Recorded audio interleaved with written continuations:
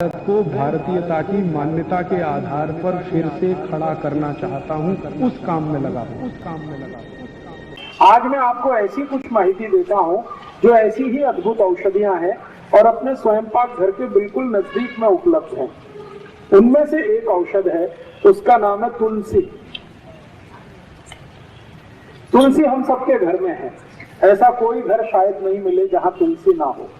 तुलसी दो प्रकार की होती है। एक तुलसी ऐसी है जिसको हम लोग कहते हैं राम तुलसी, और एक है जिसको हम कहते हैं श्याम तुलसी। राम तुलसी का ऐसा होता है कि उसका रंग हल्का हरा होता है, लाइट ग्रीन, और जो श्याम तुलसी है उसका रंग बहुत गहरा हरा होता है, डार्क ग्रीन। कभी कभी वो दिखने में काली भी दिखाई देती है, इसलिए उसको श्याम तुलसी कहते हैं। तो ये जो श्याम तुलसी है इसी के औषधीय गुण हैं। राम तुलसी में ज्यादा औषधीय गुण नहीं है। तो घर में लगानी है आपको तो हमेशा सोच विचार कर श्याम तुलसी ही लगाइए।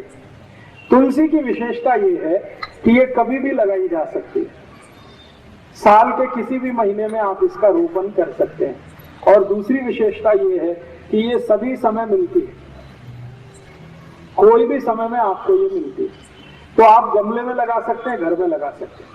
अब ये जो श्याम तुलसी है इसके क्या क्या उपयोग आप कर सकते हैं। इसका सबसे बड़ा उपयोग है किसी भी तरह के बुखार को समाप्त करने। ज्वर, फीवर, किसी भी तरह का फीवर आपको है, वायरल फीवर है, बैक्टीरियल फीवर है, या टाइफाइड का बुखार आ गया आपको, या सर्दी जुकाम के कारण कोई बुखार आ गया, या कई बार ऐसा होता है कि शरीर से बहुत ज्यादा श्रम किया, बहुत काम किया तो भी बुखार आ सकता है।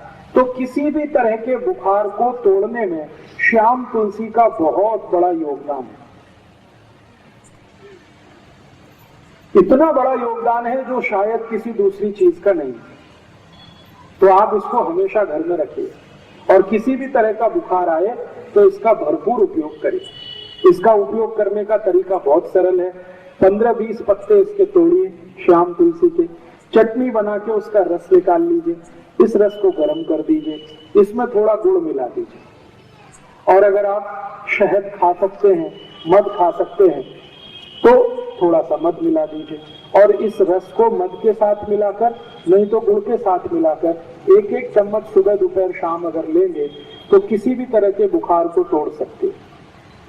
अंग्रेजी की दवा पैरासीटामोल जो काम करती है वही काम ये तुलसी करती है। बहुत अद्भुत तुलसी।